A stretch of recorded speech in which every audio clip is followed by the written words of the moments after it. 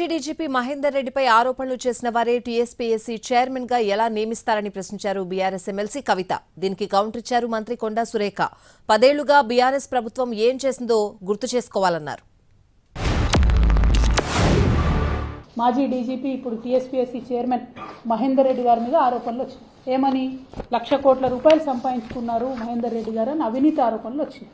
ఇవాళ నేను రేవంత్ రెడ్డి గారిని డిమాండ్ చేస్తూ ఉన్నాను, గౌరవ ముఖ్యమంత్రి గారిని డిమాండ్ చేస్తూ ఉన్నాను, తక్షణమే మహేందర్ రెడ్డి గారిని టీఎస్పీఎస్సీ చైర్మన్గా తొలగించాలి, జ్యుడిషియల్ ఎంక్వైరీ ఆయన మీద వేయాలని చెప్పి డిమాండ్ చేస్తూ ఉన్నాను. టీఎస్పీఎస్సీ బాలేదు మేమేదో నిరుద్యోగులకు అన్యాయం చేసినామని ప్రచారం చేసుకొని వాళ్ళ ప్రభుత్వంలోకి వచ్చినటువంటి మీరు మరి ఒక అవినీతిపరుడైనటువంటి వ్యక్తి అనే ఆరోపణలు వస్తున్నటువంటి వ్యక్తి చైర్మన్గా, మా ప్రభుత్వంలో 5 సంవత్సరాలు డీజీపీగా పనిచేసినటువంటి వ్యక్తిని చైర్మన్గా వేసుకొని, ఆంధ్రోలను మెంబర్లుగా వేసుకొని, పొలిటీషియన్స్ని మెంబర్లుగా వేసుకొని తెలంగాణ యువకులకు ఎట్లా న్యాయం చేస్తారు ఇవాళ మీరు చెప్పాలి. మహేందర్ రెడ్డి గారు చేరి 2 వారాలు కూడా కాలేదు, అప్పుడే ఆయన మీద ఆరోపణలు అనేటువంటి మాట మాట్లాడడం కూడా హాస్యాస్పదంగా ఉంది.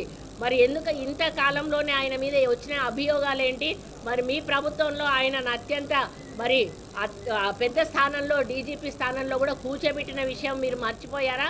మరి అవినీతి అధికారి అయితే మీరు ఆ రోజు ఎందుకు ఆయనను డీజీపీ స్థాయిలో కూర్చోబెట్టారని చెప్పి అడుగుతా ఉన్నాను.